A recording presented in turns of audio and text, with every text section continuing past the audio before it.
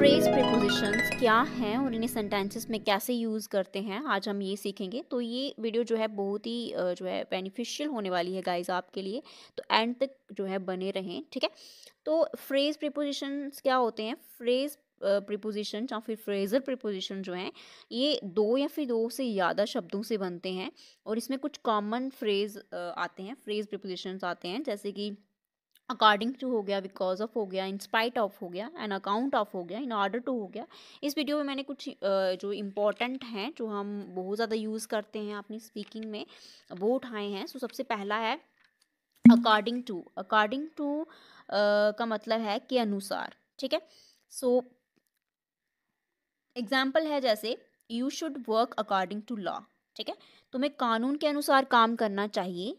एक और एग्जाम्पल लेते हैं, I always did everything according to the rules. मैंने हमेशा जो भी किया, मतलब कि जितना कुछ मैंने किया वो मैंने रूल्स के अकॉर्डिंग किया, ठीक है।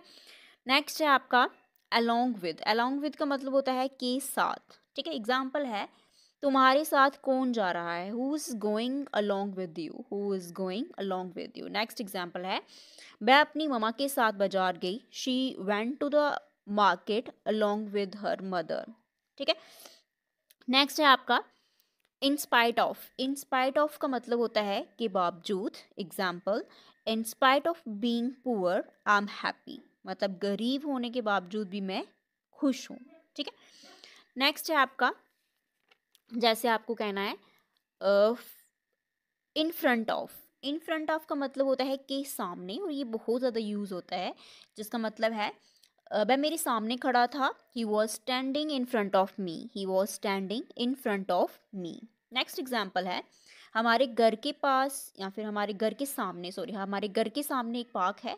So there is a park in front of our house, there is a park in front of our house. Next आपका रहेगा on behalf of. On behalf of का मतलब होता है और से, ठीक है। एग्जाम्पल जैसे है कि I paid the bill on behalf of my father. मैंने अपने फादर के बिहाफ पे, मतलब अपने पापा के ओर से बिल जो है पे किया, ठीक है। नेक्स्ट आपकी नेक्स्ट है ड्यू टू।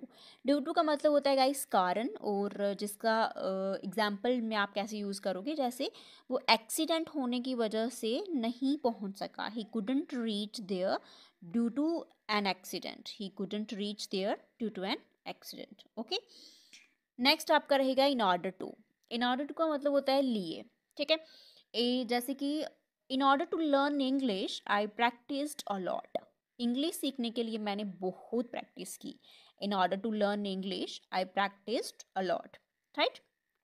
जैसे परीक्षा पास करने के लिए उसने कड़ी मेहनत की। In order to clear the test he studies hard. In order to clear the test he studies hard, okay.